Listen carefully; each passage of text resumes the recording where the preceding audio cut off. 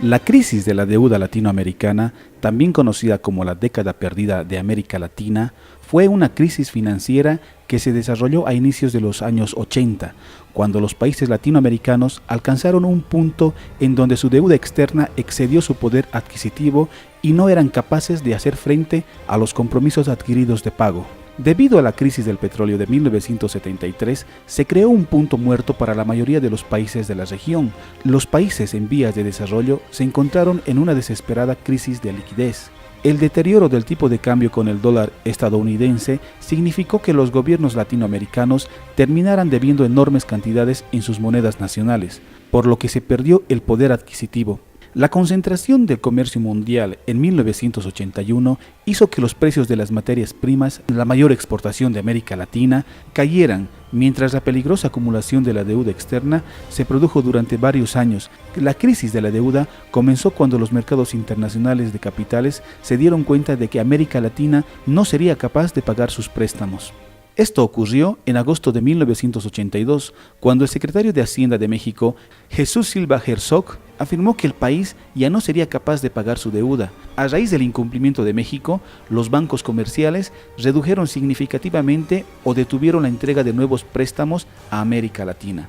Como gran parte de los préstamos latinoamericanos eran a corto plazo, la crisis sobrevino cuando fue rechazada su refinanciación.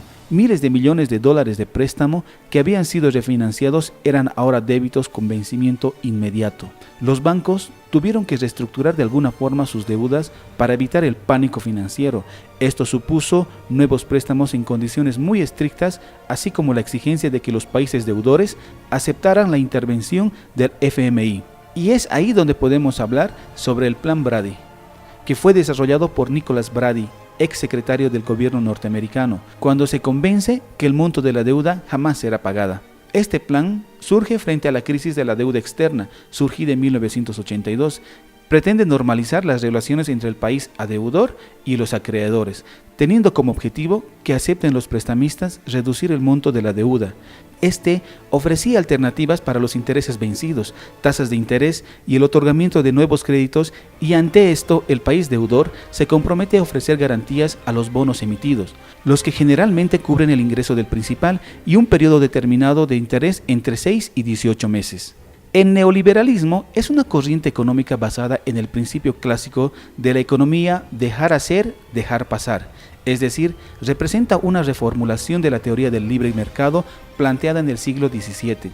El neoliberalismo se impuso primero en Estados Unidos y el Reino Unido, aunque se experimentó previamente en el Chile de Pinochet, y su aplicación es muy distinta entre los países del mundo. No obstante, el patrón es el mismo y los efectos más similares que diferentes. Algunas de las características del neoliberalismo fueron: la privatización de muchos servicios otrora brindados por el Estado, buscar reducción en el gasto social, reducción de los impuestos aplicados a las empresas y familias, ataque desde el gobierno y las empresas a los sindicatos, desplazando el poder a favor del capital y debilitando la capacidad de negociación de los trabajadores, introducción de principios de mercado dentro de las grandes empresas, particularmente en lo referente a las remuneraciones de los trabajadores de más poder.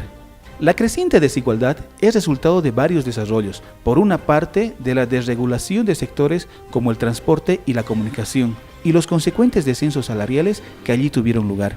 Por otra parte, la desregulación internacional de los flujos de capital acentuó la competencia entre países y presionó los salarios a la baja.